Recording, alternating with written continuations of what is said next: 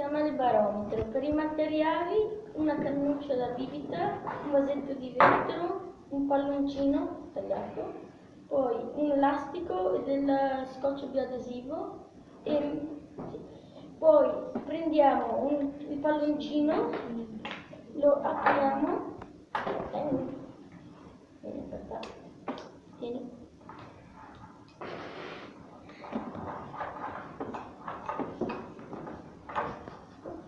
Poi prendiamo il nostro scotch biadesivo e lo attacchiamo alla cannuccia e lo attacchiamo poi al centro. Poi ci servirà un pezzo di legno, poi della carta millimetrica e un pennarello per segnare il punto zero. Qua vediamo che abbiamo i vasetti diversi, quindi uno più alto e uno più basso.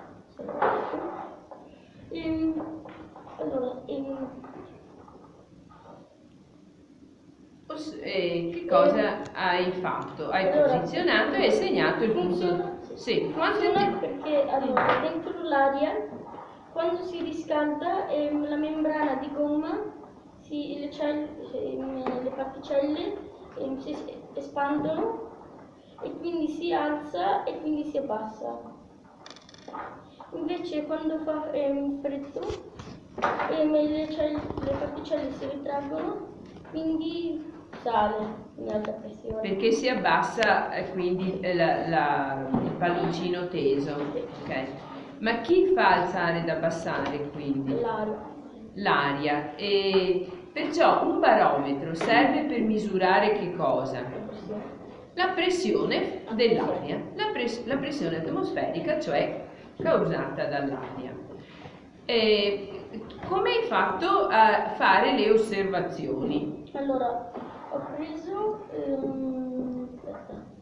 lei il foglietto però. Sì. Vieni, vai a portare.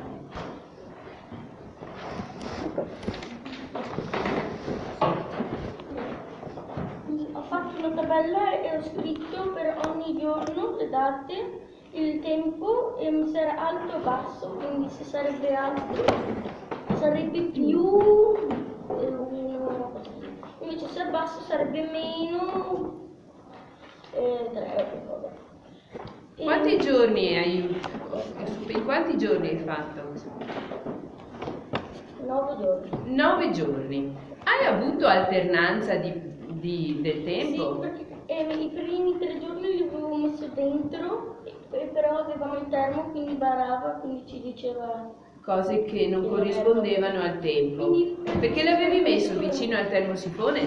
No, che era comunque la casa era riscaldata.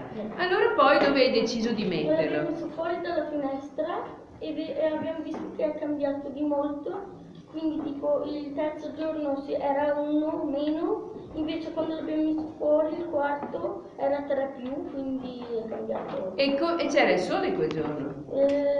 No. Era un po' nuvoloso, un pochino, c'era un po' di nebbia. Sì, prova ad andare a vedere quando c'era proprio il sole pienamente. Era alto 1,5. Era più su di 1,5 e un giorno in cui era proprio brutto tempo. Diciamo la pioggia. Sì. Che stranamente era alto più 1. Era più 1. E dopo, ti ricordi se il giorno dopo è uscito il sole? No, il giorno dopo c'era nuvolosa nebbia. Sì. E si era alzato di 3 più. Sì.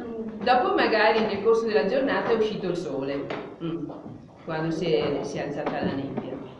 Quindi, quali sono le tue conclusioni? La mia conclusione è che il barometro serve per misurare la pressione atmosferica, perché per ogni metro cubo di aria l'aria pesa più di 1 chilo. Metro cubo o centimetro quadrato? Centimetro quadrato pesa più di 1 chilo, sì. E quindi un altro esperimento potrebbe essere per andare in montagna dove c'è meno pressione, invece come alla spiaggia che c'è molta di più. Perché in montagna c'è meno pressione? Perché siamo più alti e l'aria come... E quindi l'aria che abbiamo sopra la testa è meno di quella che c'è quando siamo in pianura. ci siamo alzati con la montagna, sì. E può fare previsioni il barometro? A certe volte sì, però alcune volte se li fa un po' abbastanza sbagliato. Tu dici. Però se tu vedi che nel corso della giornata la lancetta cambia posizione e comincia ad alzarsi, che cosa prevedi che ci sarà? O sole o un po' di calore. Più caldo? Beh, quando c'è il sole che scalda, ma magari sai che d'inverno nelle giornate serene è anche più freddo, è vero? Quindi, quando c'è alta pressione, il tempo è? Il tempo È bello, è bel tempo. Alta pressione significa bel quando c'è tempo. bassa pressione c'è pioggia, nuvoloso, non bel tempo. Sì, oppure c'è un'aria molto umida, vero? Molto umida, sì. Puoi interrompere?